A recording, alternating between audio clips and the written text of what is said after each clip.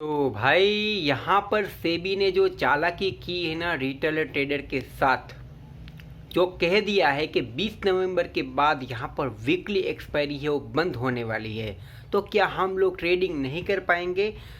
आज इस वीडियो में डिटेल के साथ बताऊंगा कि इन लोगों ने किस तरीके से स्ट्रक्चर किया है जिससे कि रिटेलर ट्रेडर जो होता है वो ज़्यादा लॉस ना करे, और यहाँ पर ज़ीरो ब्रोकरेज काट दिया है इसीलिए कि एकदम परफेक्टली ट्रेड करें। वॉल्यूम बढ़ने के लिए यहाँ पर इन्होंने नए नए इंडेक्स लेके आए हैं जिससे कि मंथली बेस पे तो यही सेम कहानी जो एक्सपायरी की थी मंडे टू फ्राइडे वो रहेगी ही रहेगी। प्लस सेंसेक्स ने यहाँ पर कह दिया है कि अब से हम फ्राइडे के दिन नहीं,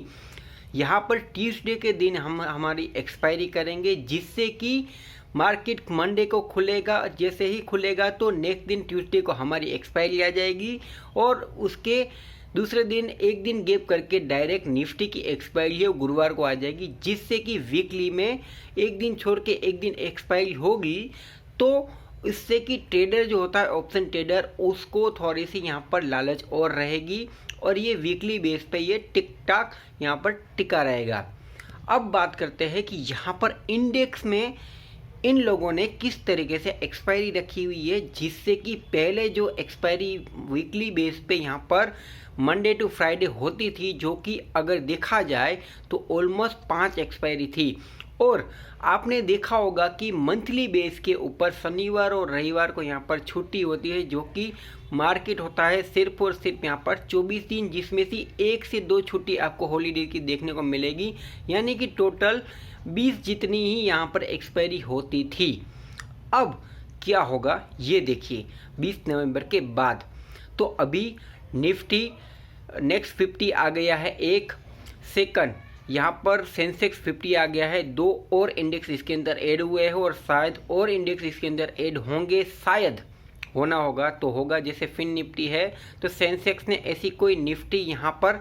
लगाई हुई नहीं है, बस बैंक एक्स है वो जो कि फाइनेंशियल सेक्टर के लिए काम करता है, तो यहाँ पर इन्होंने एक लगाया हुआ है, शायद सेंसेक्स और लेके आएगा। तो टोटल अगर एनएससी की तरफ से देखा जाए तो Fin Nifty, bank Nifty, mid Nifty 3 हो गया और एक है यहाँ पर निफ्टी, टोटल यहाँ पर 4 है। और सेंसेक्स की तरफ से 2 है, बैंक एक्स और सेंसेक्स, और एड जो हुआ है वो यहाँ पर सेंसेक्स 50 और नेक्स्ट 50, यानी कि टोटल यहाँ पर जो एक्सपायरी है वो वीकली बेस पे तो ख़त्म हो गया, लेकिन मंथली बेस पे तो यहाँ पर मंडे टू फ्राइडे चलेगी ही। प्लस यहाँ पर सेंसेक्स और नेक्स्ट 50 की भी एक्सपायरी इसमें चलेगी। अब यहाँ पर सेबी की तरफ से क्या षड्यंत्र और रचा हुआ है अभी हम यहाँ पे समझेंगे। वीक में 2 एक्सपायरी आती है सेंसेक्स और निफ्टी की, जो कि अगर हम कैलकुलेट करें मंथली बेस के ऊपर तो टोटल कितनी एक्सपायरी होती है, 4 दूनी 8 एक्सपायरी ये हो गई। अब यहाँ पर जो 7 एक्सपायरी है तो इसमें वीकली बेस की जो एक्सपायरी वो मंथली पे ट्रांसफ़र हो गई है, तो इनका अगर इसके साथ कैलकुलेट करें तो कितने दिन होता है आप बताइए। चलिए मैं ही बता देता हूँ। एनएक्स की तरफ से 3 यहाँ पर फिन निफ्टी, मिड निफ्टी और बैंक निफ्टी, और बीएससी की तरफ से यहाँ पर 3, यहाँ की बैंक एक्स, सेंसेक्स और सेंसेक्स 50 और एक्स नेक्स्ट हुआ है, यहाँ पर ऐड हुआ है एनएक्स की तरफ से निफ्टी नेक्स्ट 50, तो यहाँ में टोटल 7 होता है। अब यहाँ पर 8 और 7 की बात करें तो टोटल 15 एक्सपायरी आपको वीक प्लस मंथ में देखने को मिलेगी, यानी कि पहले जो 22-20 दिन चल रहा था वो ऑलमोस्ट यहाँ पर सेम कंडीशन के साथ हुआ है, जिससे कि यहाँ पर एक्सचेंज का जो यहाँ पर वॉल्यूम जो होता है वो बरकरार रहे और बीच का रास्ता निकाल के रिटेलर ट्रेडर को यहाँ पर साफ करने के लिए पूरी की पूरी यहाँ पर कोशिश की गई है, ऐसा मुझे यहाँ पर दिख रहा है। जिससे कि एक साइड तो ये रही थी, अब यहाँ पर तो एक्सपायरी हो गई है, आपने भी देखा यहाँ पर टोटल यहाँ पर 15 एक्सपायरी तो हो ही गई है।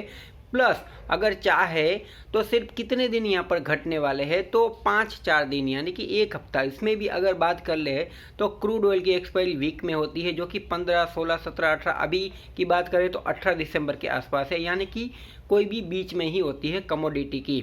टोटल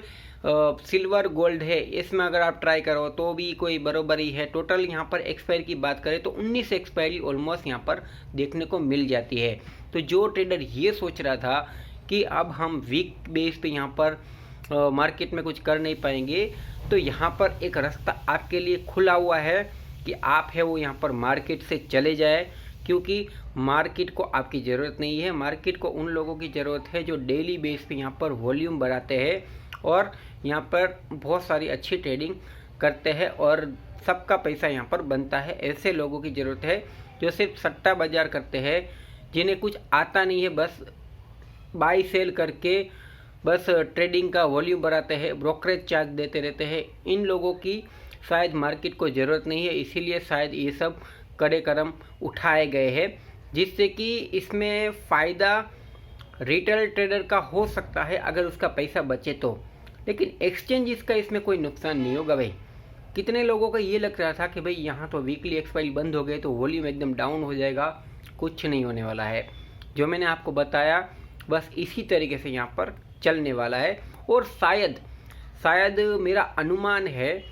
कि इसमें और एक्सपायरीज के लिए इंडेक्स जो होते हैं और यहाँ पर नए नए सेगमेंट लाते रहेंगे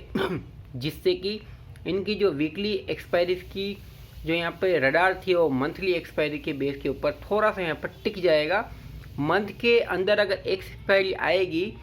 तो भी इन लोगों को कोई इतना फ़र्क पड़ने वाला नहीं है। तो बस इस वीडियो में इतना ही कहना चाहता हूँ कि अगर आप ट्रेडिंग छोड़ना चाहते हैं तो यहाँ पर छोड़ने के लिए एक सही रास्ता है। 20 दिन अगर ट्रेडिंग नहीं की गई तो शायद यहाँ पर ट्रेडिंग की जो वॉल्यूम है वो धीरे धीरे यहाँ पर एक स्टेबल हो जाएंगे और जिसके कारण पूरी मार्केट है वो यहाँ पर पहले जैसे चलती थी एक अच्छे लेवल के साथ वो यहाँ पर चलने लगेगी, जिससे कि किसी का नुकसान होने की यहाँ पर कोई संभावना नहीं है। बाकी आप कमेंट में बताइए कि रिटेल ट्रेडर को यहाँ पे कोई बेनिफिट है या नहीं, लेकिन एक्सचेंज को क्या बेनिफिट इसमें देखने को मिल रहा है, क्योंकि इनकी एक्सपायरी है वो यहाँ पे ऑलमोस्ट चलती रहेगी, लेकिन रिटेल ट्रेडर जो रोज़ आता था वो यहाँ पर अब क्या करेगा।